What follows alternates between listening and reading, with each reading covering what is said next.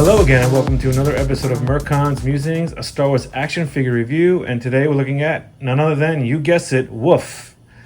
I know, that's actually the character's name. There's a long story behind this name and name change I'll get into in a minute.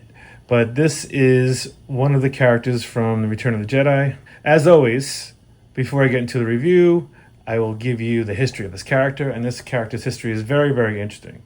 So here we go. Caddis Sa Nikto from the planet Kitan was a former smuggler who worked for Jabba the Hutt. Jabba placed Woof in charge of the fleet of skiffs Jabba kept at his palace on the planet Tatooine, as well as the crime lord's sail barge, the Katana. When Luke Skywalker was led into Jabba's palace by a mind-tricked Bib Fortuna to negotiate the release of Han Solo and his allies, Jabba was not interested in Luke's proposal and opened a trapdoor in the throne room, and Skywalker fell into the Rancor pit. Luke prevailed in the fight against the Rancor. Jabba later sentenced Luke, Han, and Chewbacca to execution. Later at the pit of Carkoon, Woof observed the execution go awry. Luke then boarded the deck of the sail barge. A fight ensued, and Woof, alongside the Gamorrean Thok, charged the Jedi, and Woof was killed by his own blast of fire, deflected back at him by Luke Skywalker's lightsaber. And that's the history of Woof. He died on the sail barge.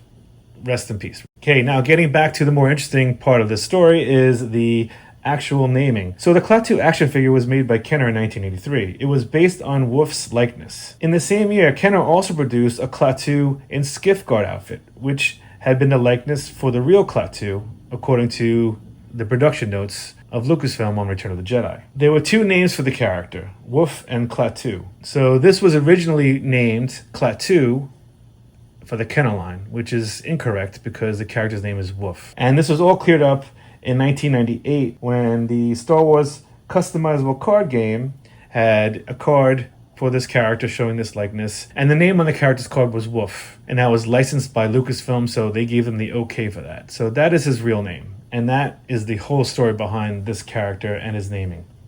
Okay, as always, we take a look at the Kenner one, which is this one. And this is a really pretty decent action figure. It's got some pretty cool stuff. It's got a soft goods faux fur tunic or waist tunic. It's pretty neat. He's got some pretty good details. My one complaint is my one complaint, if you take a look at the head sculpt isn't that great. It's pretty good for Kenner standards. This has the typical 5 points of Kenner articulation. It's got the arms 1, 2, and the head turns 3, and the legs 4 and 5. And he came with the accessory, the Vibro Axe. So this is a pretty cool character.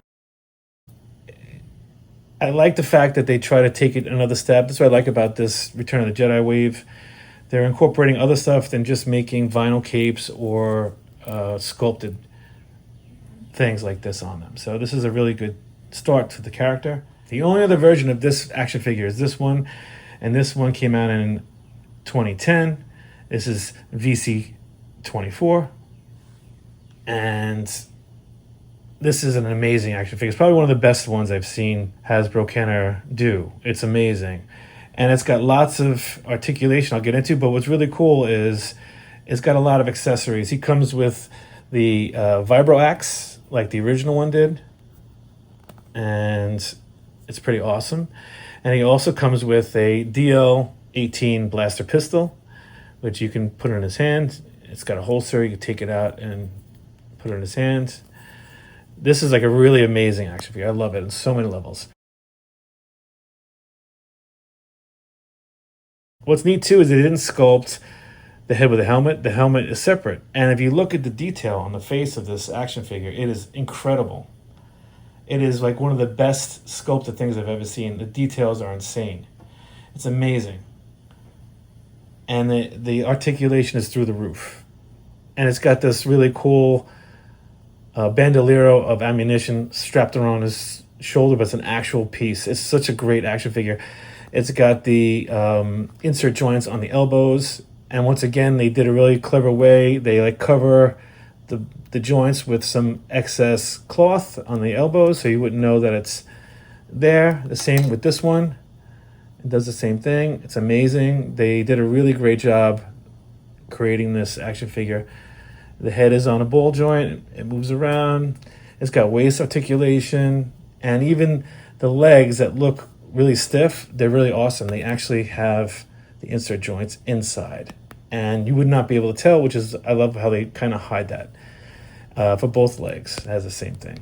And then also the feet turn, and they kind of move up and down, but not much. They're kind of blocked by this.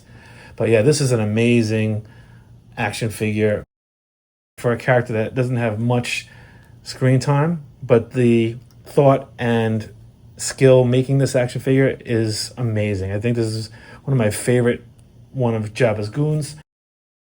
So with that said, I hope you enjoyed this episode.